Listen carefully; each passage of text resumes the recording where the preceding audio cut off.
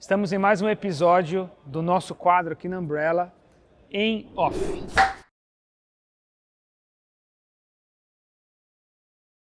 E o papo de hoje é sobre podcast. Eu trouxe um brotherzaço meu aqui para a gente conversar sobre podcast, que envolve também o universo live streaming. Hoje a gente já faz podcasts ao vivo. Então, e vem também de uma grande jornada que a gente tem de gravação de live session, DVD, de streamar. Com vocês, Marcelo Neri. A gente põe os aplausinhos lá. Marcelo Neri, obrigado por participar mais uma vez. Marcelo Neri e eu já fizemos um conteúdo sobre o universo, o ecossistema Blackmagic, mas hoje a gente está falando aqui, embora a gente fale de Blackmagic também, a gente está falando mais especificamente sobre um setup de um projeto de podcast. Esse projeto nasceu e foi sonhado e vislumbrado há mais de ano atrás, Marcelo. E pelo pessoal do State e por nós, da Umbrella. A gente já vislumbrou ter um estúdio de podcast aqui, a gente já vislumbrou outros formatos que você também estava presente. Lembra que a gente queria fazer um aquário grande com um podcast dentro para a galera assistir? Pegada ao que acontece nos Estados Unidos, com os programas de televisão que dão para a rua, assim. E aí, ao longo do tempo, eles foram amadurecendo o que seria esse projeto, que tipo de conteúdo e tudo mais. E aí, esse ano, eles chegaram numa conclusão e aí chamaram a gente para desenvolver essa parte audiovisual do que eles querem passar de conteúdo. O State é um ecossistema, um hub de inovação e tecnologia, e eles querem se apropriar cada vez mais, ser uma autoridade cada vez mais sobre esses assuntos. E também contar as histórias do porquê o State existe, do porquê essa área aqui na Vila Leopoldina tem a intenção de ser um distrito de inovação, juntamente com os outros condomínios. Tá? Então esse papo que rola dentro desse projeto de podcast é muito relevante nesse segmento. E aí chamaram a gente da Umbrella, que a gente fica aqui nesse espaço, a gente é residente aqui nesse ecossistema, para desenvolver com eles então uma linguagem e um projeto audiovisual. E hoje a gente está executando um formato, de alguns formatos que eu desenhei para a gente fazer, né, para eles, mas a gente pode falar de outros projetos também, né, o outro formato que a gente já rodou aqui e outros formatos que a gente já rodou junto. O doutor Diziabas tinha o desejo de fazer um podcast, um papo, e aí ele chamou você para desenhar um formato de podcast para eles, certo? Como é que foi? Esse projeto aí, eu acho que foi um dos que a gente mais ousou assim, porque não tinha nada muito diferente no segmento de podcast, e a gente estava fazendo podcast para meio que atender uma galera que está acostumada a atender público A, né, que é a clínica do Dr. Daniel. Sim. Então tinha que ser um podcast, mas tinha que ter um pouco a mais ali. Tinha que ter uma elegância, né, uma linguagem diferente. Uma linguagem para esse tipo de público. E aí nesse momento eu não tinha, né, a minha parte é mais a técnica, né? Aí eu falei para ele, a gente precisa trazer um fotógrafo para poder somar e desenhar tudo isso. E foi legal porque eu gostei muito do resultado, né? Acho que você propôs embora manter a linguagem ali do podcast, mas você trouxe uma proposta até de movimento, né? Que é uma parada que é uma assinatura sua. Que eu gosto bastante de envolver, sim. E a gente fez algumas edições disso, né? Enfim, para mim foi... isso aí já foi abrindo, e eu acho que isso aqui é como se disse, uma evolução daqueles pensamentos lá, já que vem desse projeto. Do que a gente pensou lá, né? Isso aí. E o interessante é que sempre chega nesse estágio, né? Lá, por exemplo, eles já tinham um nome para um projeto, já tinham idealizado o que eles queriam fazer, chamava sala de espera, né? E precisava ser na sala de espera da clínica dele. Então tinham alguns desafios que a gente tinha que resolver com base no que eles queriam fazer. E eu acho que é sempre legal, Marcelo, porque a gente meio que unifica essa parte técnica e as ideias, o conceitual, né? As experimentações, todos os projetos que a gente está junto é nesse formato, assim. Eu acho que o desafio maior e o que a gente tenta ter mais sensibilidade é tecnicamente ali, não ter uma linguagem técnica para conversar com o cliente, mas conseguir traduzir tecnicamente o que ele quer, sim, sim. Que geralmente é uma questão estética. Entender essa entrevista, eu acho que é um diferencial que a gente consegue extrair ali, fazer as perguntas certas, entender como ele quer apresentar aquele produto, né? E o que é importante sobre os diversos projetos, né? Então, a gente está aqui hoje com esse formato, esse número de câmeras, a gente desenhou lá o projeto para o Dr. Daniel também na mesma lógica, que é a seguinte: primeiro passo, entender o que é o projeto. Quando não é um podcast desses mais tradicionais, digamos assim, que beberam na rádio, né, na web TV, quando é um podcast que tem uma linguagem, né, já existente, mas que a gente consegue desenhar um projeto, trazer conceito. A primeira coisa é entender o projeto, o que os caras querem fazer, o que eles querem falar. Não necessariamente eles sabem como contar isso, né? E aí é necessário esse braço técnico e esse braço conceitual, criativo, para unificar o que precisa para isso ser executado de uma forma que alguém entendeu, né? Em alguns casos, tipo, sou eu. Se eu estou dirigindo essa parte, eu vou entender assim. Em outros casos, o cliente tem referências, tem formatos que ele gostaria e a gente vai unificando, né? Não tem, nada é quadrado, né, fechado assim. Mas é interessante esse processo de criação ou cocriação de um projeto de podcast, né? O que eu acho interessante é a gente saber dividir bem as tarefas. Por exemplo, a minha parte é muito técnica e eu sei que para um projeto desse, embora eu tenha sido chamado no primeiro momento, eu não conseguiria entregar. E até no mercado a gente vê às vezes algumas pessoas que elas tentam entregar de tudo, fazer de tudo, né? De repente é um cara que é diretor técnico e ele começa a ser diretor criativo, sim, de repente é um cara que Então é legal a gente entender isso, mas não por conta de... Às vezes você quer ganhar um pouco a mais, você quer mudar de área, tudo bem você fazer essa transição, mas muitas vezes é porque não quer dividir a grana, ou quer não quer abraçar tudo, ali, exatamente. Centralizar. Se fosse esse o caso, não teria dado certo, porque eu sou o braço técnico e sempre que eu preciso de um braço criativo, eu tento chamar pessoas como você que vão trazer essa visão, né? E aí, dentro do que você desenha, eu desenho a parte técnica. Aí é isso. Esse é o lance, formato, né? ideal. Isso é bom dividir, porque realmente o que eu mais vejo é uma centralização, né? Às vezes a pessoa já tem os equipamentos, já tem as coisas, ela se limita até de uma certa forma com o que ela pode oferecer sozinha, né? E também do que ela... Porque, beleza, mesmo eu ficando nesse papel de, né, criar alguma coisa para o projeto e tudo mais, a gente sempre em conversas com as outras pessoas vai agregando para o projeto. O projeto nunca é de uma pessoa só e nunca é executado da forma que a gente sozinho pensou. Então, é sempre uma troca.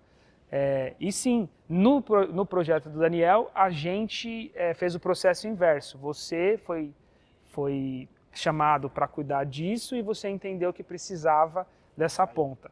Nesse projeto, que é um caminho que a gente faz também, na nossa parceria e caminhada, é um projeto que eu idealizei e desenhei com o pessoal, e aí falei assim, bom, agora a gente precisa de parte técnicas mais expansivas, mais novas, a gente quer mostrar o que a gente tem de atual no mercado, dos recursos que a gente acha que são válidos para podcast, para esse tipo de gravação.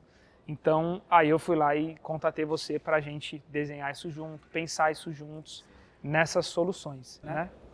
E é interessante ter esse entendimento, tanto eu entender da sua parte, quanto você da minha, porque a gente sabe como se atender.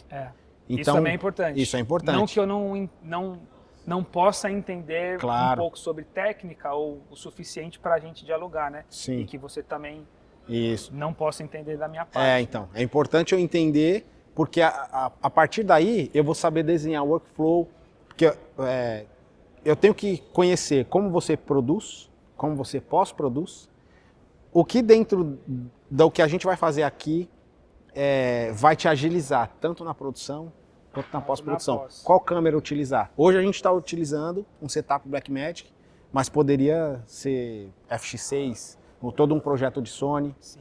Poderia, enfim, por que a gente escolheu as isso? As linhas, sei lá, C da Canon, C70, C200, C300, né? Por que a gente escolheu esse setup? São várias variáveis, né? Tem o budget, que é geralmente um fator limitador limitador, né? Tem a questão workflow, tem a questão pós-produção. Em quanto tempo você precisa entregar esse projeto, né? Então, acho que a gente pode entrar um pouco mais no detalhe do que a gente fez aqui, né? Isso foi muito bem casado. Entender a sua demanda, entender o que você quer fazer, você, de repente, selecionar ali um perfil de serviço, um perfil de entrega, uma referência de entrega, e dentro daquilo a gente setar ali e selecionar o workflow. E é interessante, porque a gente fez esse projeto do Daniel há um tempo atrás e agora a gente preferiu utilizar praticamente o mesmo sistema, a mesma linha de produtos, digamos assim, que é da Blackmagic. Então, falando um pouco sobre esse projeto aqui do State, chamado State On. A gente fez uma primeira gravação e a gente utilizou 3 câmeras, só que nessa primeira gravação era uma conversa apenas de 2 pessoas. Então a gente não precisava desse setup que a gente tem hoje aqui.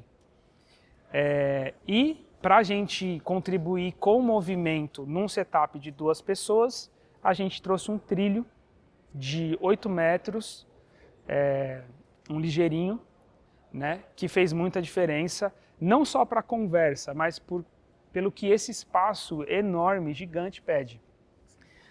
A escolha disso trouxeram alguns desafios, né?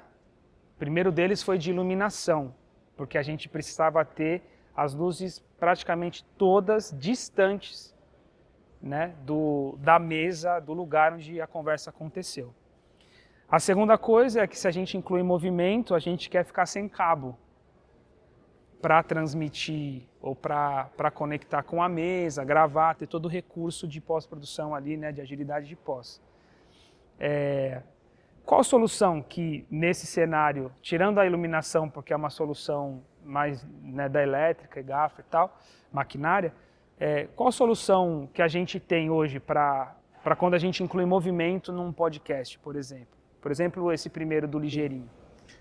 Nesse caso, como a gente queria gravar, né, ou até monitorar, a gente precisou mandar esse sinal para mais algum lugar. E um setup convencional não precisaria de mais nada. A câmera grava nela, depois em pós-produção a gente sinca. Nesse caso a gente precisava monitorar, então isso precisava entrar. No caso a gente utilizou uma mesa de corte. Então, para chegar nessa mesa de corte, todos os sinais e também o ligeirinho, né, a gente utilizou um transmissor sem fio, que no caso a gente utilizou um Holland, mas poderia ter sido um Teradek, enfim. E isso aí facilitou, porque geralmente, né, a gente coloca o cabo ali e ainda tem que ficar um cableman ali. Tem que ficar um cableman atrás do maquinista, isso, né, que tem esse desafio, verdade. Isso já facilitou bastante, já facilita bastante, né? E hoje a gente tem isso muito mais acessível e barato, né? Dá para colocar num set de podcast. Dá para colocar num set de podcast, exatamente. Por exemplo, né? Então, isso é muito interessante. Então, essa foi a solução que a gente teve que fazer na primeira diária de gravação do podcast, né? De alguns episódios desse projeto. Nesse daqui, agora, né, eu desenhei um mapa diferente e nesse daqui a gente teve que solucionar algumas questões que são de podcast tradicional, que normalmente tem 4 pessoas, às vezes 5, às vezes 3. Nesse caso são 4 pessoas. E para 4 pessoas, em podcast, é utilizado basicamente no mínimo 5 câmeras, né? Porque podcast a gente quer ter a agilidade de cortar para a pessoa sem que tenha o tempo de operação de chegar a câmera na pessoa. A pessoa começou a falar, a gente tem que entregar estar nela, né? Então a gente precisa de todo mundo coberto o tempo todo. Ou seja, praticamente uma câmera por pessoa, mais a geral. Esse é um mapa de câmera, né, de um podcast tradicional, com 4 pessoas. Se tiver 3 pessoas, pode mudar. Se tiver 2 pessoas, pode mudar. Se tiver mais pessoas, mais câmeras. Nesse cenário aqui, o que a gente quis fazer foi agregar em movimento em lugares que não são comprometedores e que agregam a narrativa, a conversa que eles vão ter, né? É inovador porque a conversa é sobre inovação também. Faz parte da linguagem. Né? Nesse sentido já faria parte da linguagem.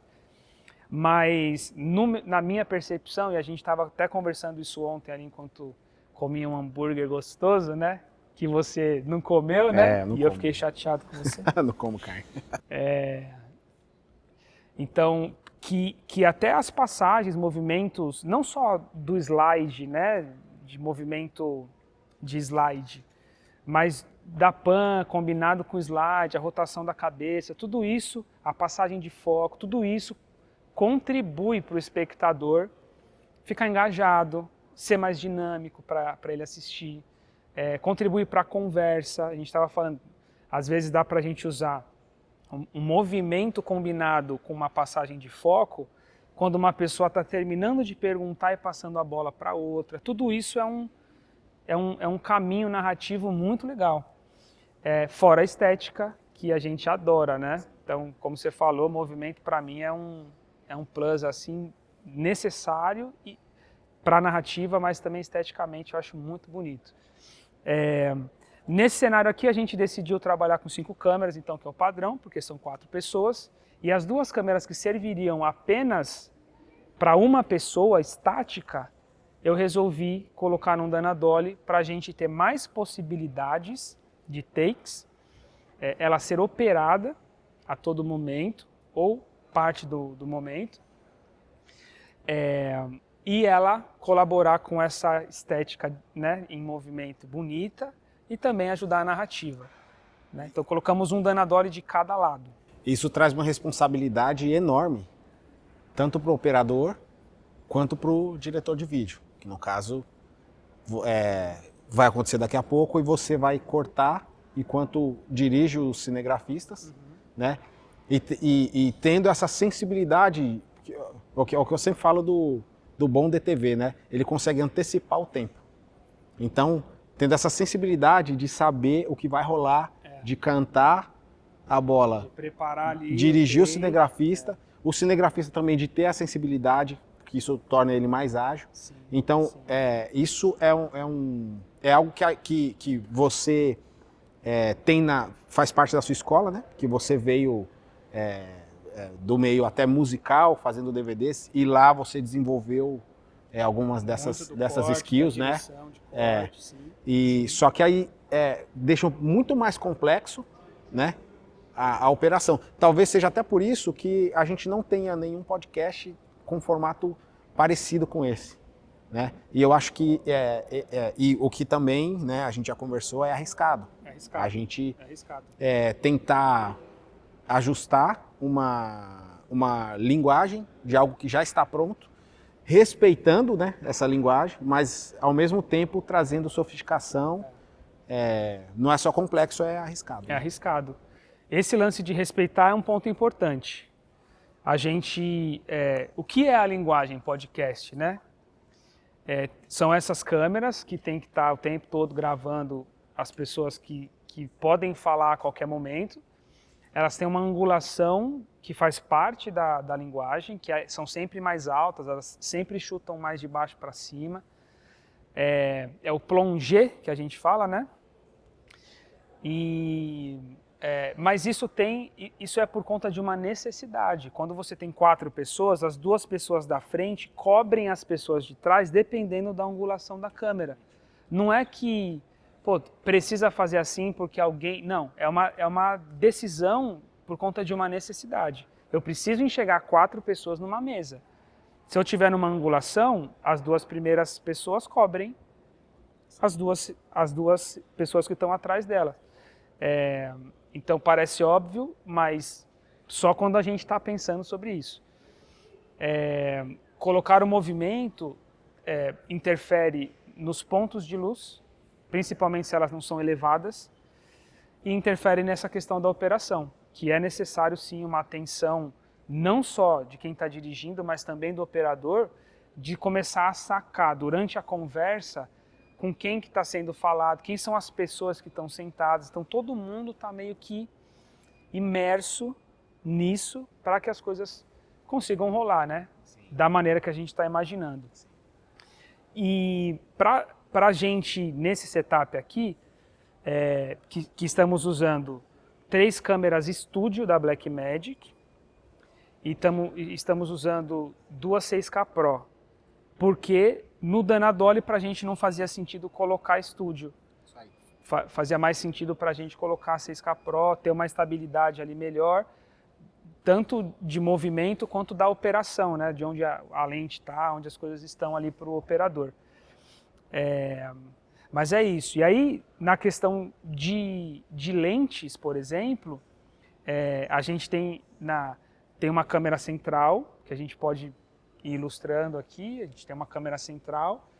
A gente tem 2 câmeras laterais, uma esquerda e uma direita, que podem pegar de 2 pessoas, né, no quadro até 1 pessoa, sendo qualquer uma das 2, preferencialmente a pessoa mais próxima da ponta da mesa de lá.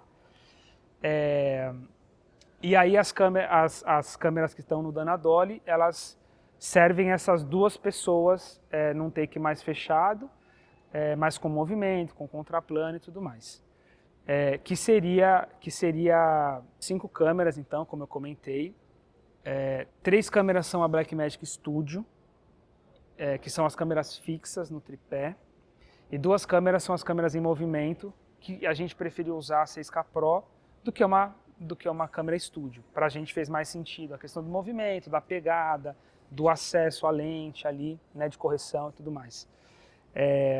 E as lentes, como a gente modificou, não são todas câmeras paradas, a gente colocou uma lente com 45, 175, que é uma Lumix, que é uma lente que eu não conhecia, mas que ela atende muito bem, essa jogada aqui nossa, que eu consigo pegar um enquadramento de 2 pessoas ou cada uma separada, de cada lado. Então eu tenho 2 câmeras laterais, conseguindo pegar 2 pessoas ou cada uma delas.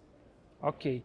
E aí, na câmera geral a gente colocou uma 2470, a gente queria colocar uma 1880, que achou que fez muito sentido e funcionou num outro projeto, mas nesse caso a gente colocou a 2470. E nas câmeras do Dana Dolly a gente está com uma 70-200, que é para a gente ter uma maior amplitude ali de zoom, de poder ter lá, de poder trabalhar com desfoque, principalmente esse lance da profundidade focal, que eu acho bem interessante, né, nesse cenário que a gente está. E um fator importante também é que as câmeras que estão no Dana Dolly não estão na mesma altura das outras câmeras que estão respeitando a linguagem do podcast, mais plongé, mais de cima para baixo. Elas estão no intermédio, elas também não estão lá embaixo. Normalmente não está na altura do olho, né? Onde a gente usa na altura do olhar, elas estão um pouco acima do olhar, mas não tão acima como as outras. Que é um experimento para a gente hoje aqui, de saber como isso vai funcionar, tanto o movimento cruzado com câmeras paradas, quanto esse posicionamento, né? Essa altura, né, da câmera em relação Os personagens são as pessoas que vão falar. E tem uma questão que eu acho que era legal você falar, que é a questão dos filtros. Além de você ter selecionado essas lentes, né? Você selecionar alguns filtros para poder dar uma... Inclusive, nesse setup a gente está usando câmera Blackmagic, majoritariamente lente Canon, e escolhemos usar 2 lentes Lumix, que a gente preferiu, ao invés de fazer adaptação nas Blackmagic Studio 4K, porque elas são micro 4/3, a gente preferiu colocar um bocal nativo, para não ter essa interferência do elemento ali. Do elemento, né? Que a gente às vezes sentiu. Às vezes ele está um pouquinho desregulado, ele já interfere na nossa imagem, a gente não quis. Quando você põe um adaptador com um speed booster, né? O elemento ali depende do custo, de quanto custou o adaptador, ele vai ter uma qualidade X ou Y. Né? Isso tem incomodado a gente em alguns projetos. Em alguns projetos isso tem feito diferença. E também da regulagem dele na interna ali. Também do ajuste ali de backfocus. Quando é um Metabones ou algum adaptador que não tem um elemento, isso tranquiliza mais a gente. Mas nesse caso aqui, do micro 4/3 para o EF tem o elemento, então a gente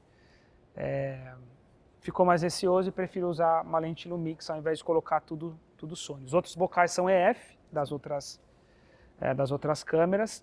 Mas é interessante esse lance da lente, que a gente escolheu colocar um filtro Black Pro Mist com 1/4, né, de intensidade, para dar uma maciada, né, isso nesse projeto como um todo. Então tudo que a gente gravar desse projeto em formato podcast vai seguir essa linha. E o que trouxe um desafio para a gente foi que na lente Lumix, o anel dela é muito pequeno, é 46. É incomum, então a gente não conseguiu o adaptador, né? A gente não conseguiu o adaptador e aí teve que colocar os vidros, né? 5/6, 5/6 por 4. A gente usou, na verdade, o Matebox, né?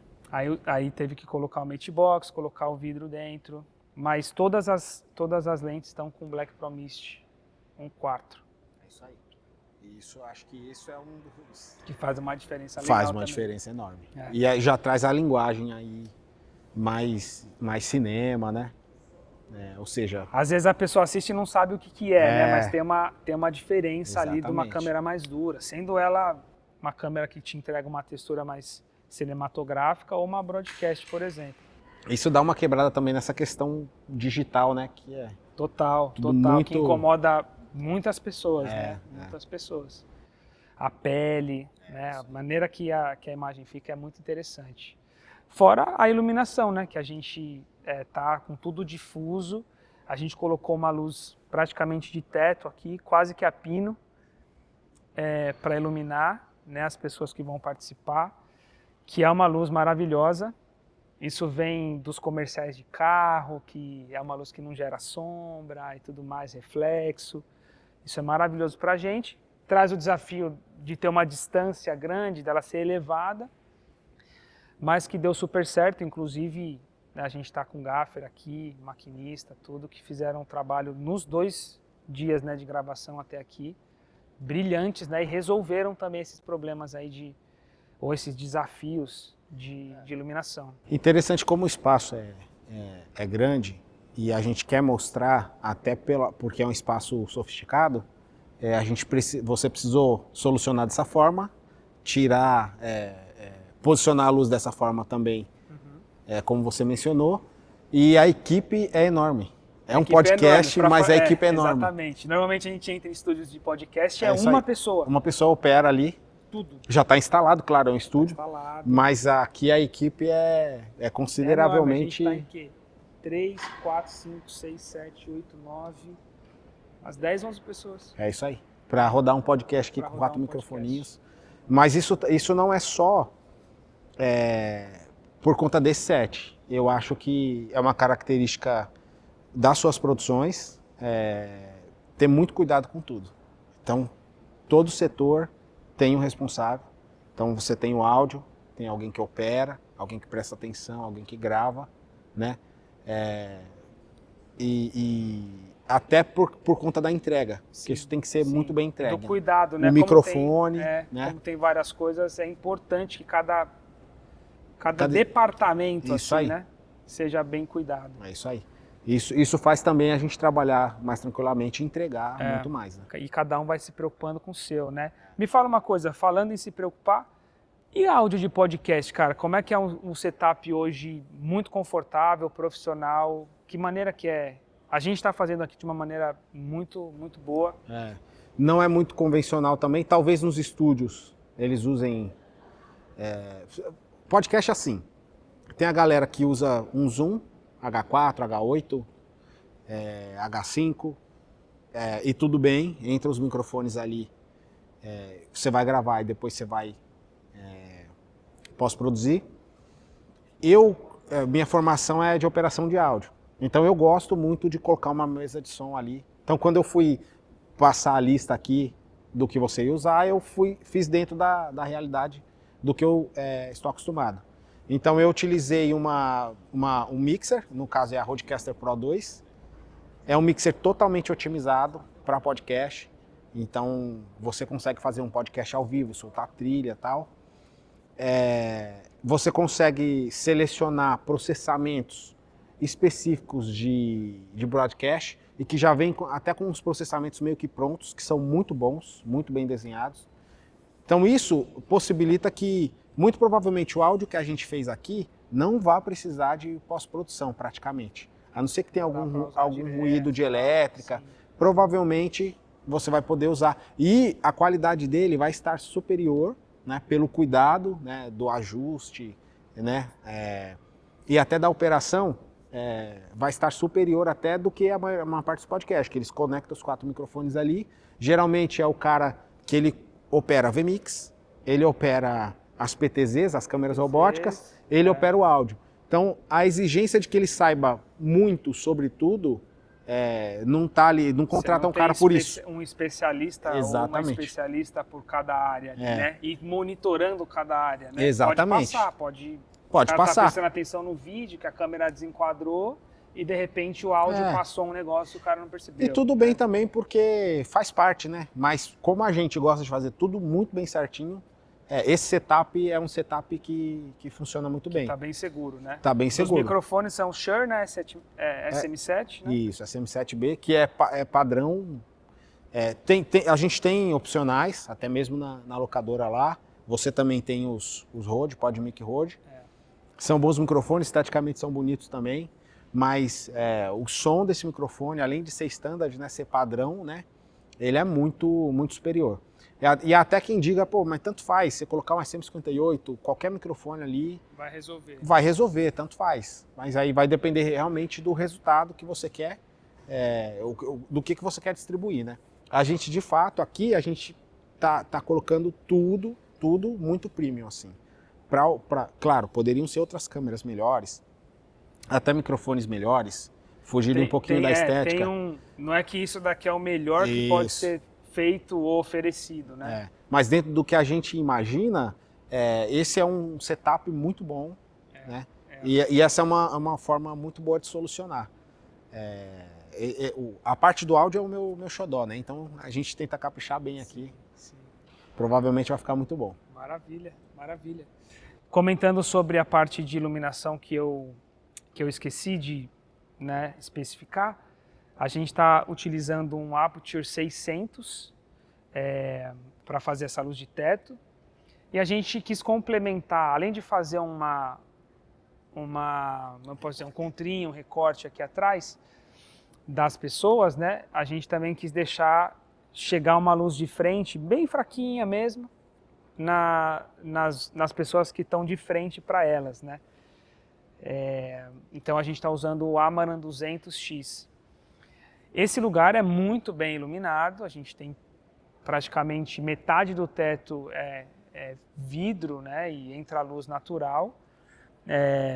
Por alguns momentos entra um raio de sol direto em alguns lugares aqui, mas em grande parte a gente tem uma luz praticamente que difusa, às vezes rebatida, dependendo do horário do dia, entrando aqui. Então a gente está servido de luz e a gente complementou com uma especificidade para a conversa aqui, mas chega um pouco mais de luz do próprio lugar, né?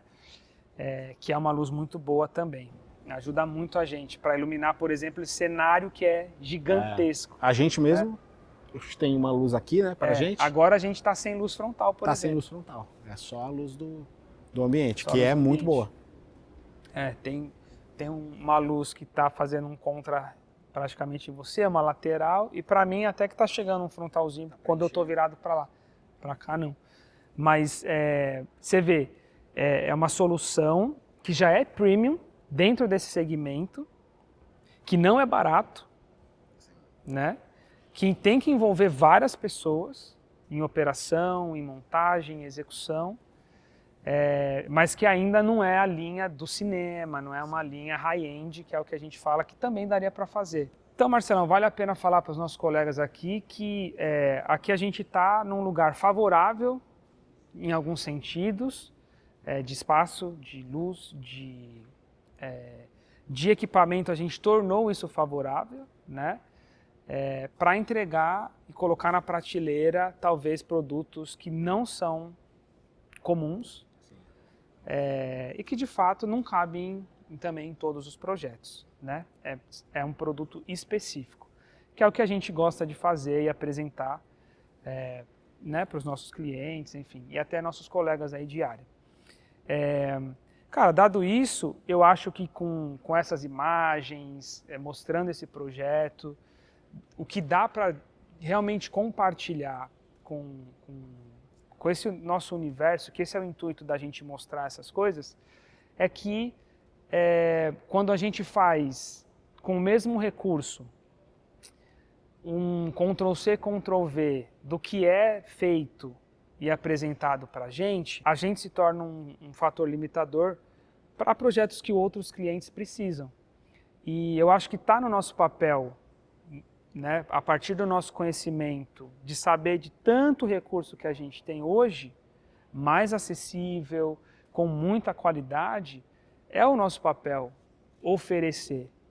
Às vezes o cliente não vai entender, talvez ele nem perceba, mas alguém nessa linha de espectadores, de patrocinadores, de investidores, alguém vai falar, cara, isso aqui Tá bem feito. alguém vai respeitar. Alguém vai respeitar. Então, é um incentivo também para as pessoas que trabalham com a gente, para nossos colegas de área. Está na nossa responsabilidade mexer nas coisas, experimentar. A gente estava brincando que pode dar errado. Sim. Pode ser que a gente decida que, tipo, isso aqui realmente não precisa. Vamos deixar tudo parado. Ou o projeto peça, tipo assim, ó, não dá para a gente gastar mais com o movimento, a gente precisa deixar isso estático. Pode ser, mas pode ser que a gente esteja simplesmente apresentando uma novidade, algo mais legal, que eu acho que tem pessoas tentando fazer, mas não tem os recursos, o conceito e a execução no lugar para que fique legal. Então, que é o que eu acho que esse projeto apresenta de mais rico. E eu acho que a questão da gente sempre propor entregar mais, às vezes por mais que o cliente não vá perceber, né? Mas é igual, eu acho que um bom vídeo é igual gosto. Você come alguma coisa estragada, um pouquinho estragada, né? Talvez você não perceba. Talvez você vá ali, coloca no meio da comida ali, mas quando você pega aquela comida com aquele sabor, que foi um chefe que fez, a hora que você degusta, você sabe que, cara, isso aqui eu não sei o que tem, não sei o que é, não sei o que esse cara fez na cozinha, mas é muito melhor que tudo que eu, né? E tem também a questão que você falou, que às vezes a gente tenta aprimorar alguma coisa e a gente percebe, né, que não, às vezes não funciona. Essa maturidade também é muito importante, da gente entender onde está o risco, entender o que está propondo, mas entender que de repente, às vezes no meio do set, você tem que desistir da ideia. Você tem que falar, poxa, fazer o seguinte, deixa a câmera parada aí, vai ficar melhor. Tem que ter essa maturidade. Exato, isso acontece. E essa humildade. Isso acontece. Né? E essa humildade. Por mais que você tenha o recurso que seja aqui disponível para você. Porque, de certa forma, a gente planeja, né? E idealiza antes de botar a mão ali. Embora você já tenha feito muitas coisas, às vezes você idealiza, quando você chega lá, você tem que ajustar o profissional, ajustar a operação, Sim, né? sim. E tem que ter essa humildade e essa maturidade, né? E esse feeling no momento, né? Que se isso estiver acontecendo no momento da gravação, você fala, não, irmão, tudo bem que a gente planejou tudo isso. Vamos travar ela aqui. Tudo bem desistir da ideia. E pode sentar aí, pega uma cadeira e aí beleza. Porque é o melhor para o projeto. Isso aí. E quanto mais rápido você fizer isso, mais rápido você salva. Exatamente. Ali, né? Mas provavelmente aqui vai ser... A gente está confiante, né? Também estamos experimentando, mas com uma bagagem já de anos trabalhando. Então acho que vai dar certo. O legal de falar também é o seguinte, Marcelo, agora que a gente já está encerrando. O projeto que a gente apresentou no começo desse vídeo foi um projeto que a gente não deu continuidade. É verdade. Provavelmente. Isso é legal falar.